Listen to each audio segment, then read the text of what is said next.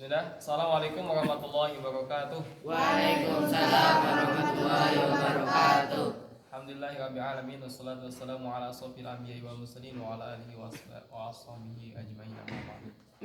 Pak Santi yang dimati Allah Subhanahu wa taala, ketika kita membaca Al-Qur'an, maka ingatlah bahwa yang membaca Al-Qur'an, yang menghafal Al-Qur'an, yang mempelajari Al-Qur'an bukanlah kita saja. Bukanlah orang-orang yang hidup segenerasi dengan kita.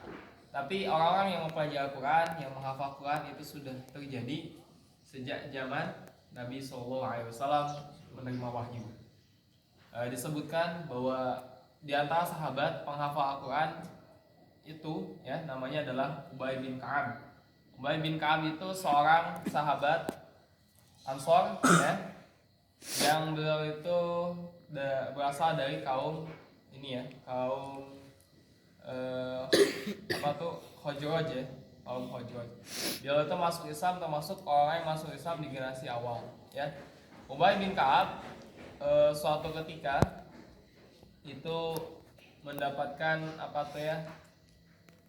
berita bahwa kata Rasulullah SAW, wahai Ka'ab, sesungguhnya aku diperintahkan untuk menunjukkan Al-Quran kepadamu. Kemudian Ubay bin Ka'ab tuh kan ini ya merasa spesial gitu. Wah, ya Rasulullah, apakah benar namaku disebutkan oleh Allah Subhanahu wa taala? Iya, kata Rasulullah. Benar. Bahkan engkau disebutkan namanya beserta keturunanmu ya, termasuk nasabmu disebutkan Ubay bin Ka'ab. Diceritain bahwa engkau namamu itu disebut-sebutkan oleh penduduk langit. Mendengar hal itu, Ubay bin Ka'ab jadi apa? Kira-kira senang sekali ya, senang sekali. Bahkan suatu ketika juga Ubay bin Ka'ab kan termasuk orang yang dipercaya oleh Rasulullah SAW sebagai sekretarisnya, orang yang nulisin surat ya, kalau Rasulullah ngirim surat dakwah, kemudian juga yang menuliskan wahyu ya, kalamullah, wahyu Allah. Nah, suatu ketika Ubay bin Ka'ab sholat di belakangnya Rasulullah SAW.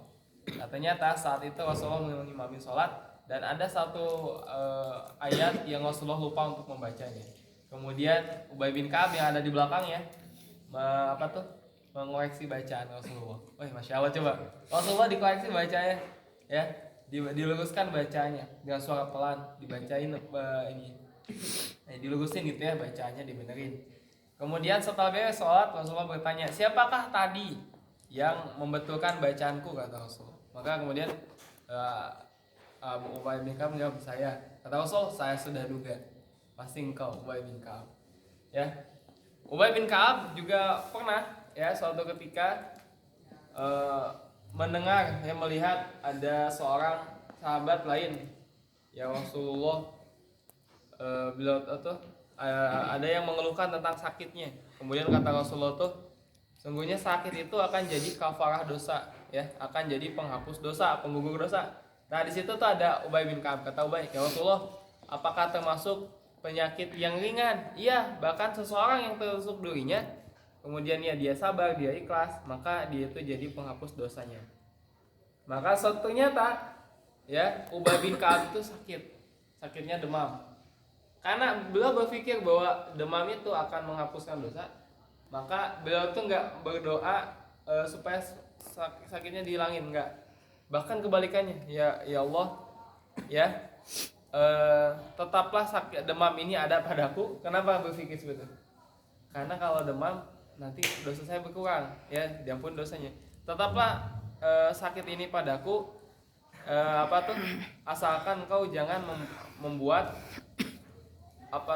demam ini menjadi penghalangku untuk sholat, untuk haji, untuk jihad, untuk ibadah kepada Allah. Ya, akhirnya Ubay bin Ka'ab itu demamnya lama sekali ya, lama sekali, tapi beliau tetap sholat, beliau tetap beribadah kepada Allah Subhanahu wa taala. Bahkan katanya tidak ada seorang sahabat yang pegang kening badannya kecuali badannya Ka'ab itu dalam keadaan panas ya, demam. Pak Santi yang dimata Allah Subhanahu wa taala, terus apa kesimpulannya? Kesimpulannya adalah Rasulullah Shallallahu Alaihi Wasallam itu memuji orang yang menghafal Quran ya. Bahkan kata Rasulullah tadi apa? Nama Ubay bin Ka'ab itu disebut-sebutkan oleh penghuni langit di sana ya, penghuni langit berarti orang malaikat ya, disebutin namanya ya. Mau kita seperti itu? Mau, insya Allah ya, pastinya mau. Makanya kita harus senang ketika kita berinteraksi dengan Al-Quran ya. Wallahu a'lam bishawab. Kata Rasulullah apa terakhir? Man ta'allama al-Quran khairukum man ta'allama al-Quran wa 'allama.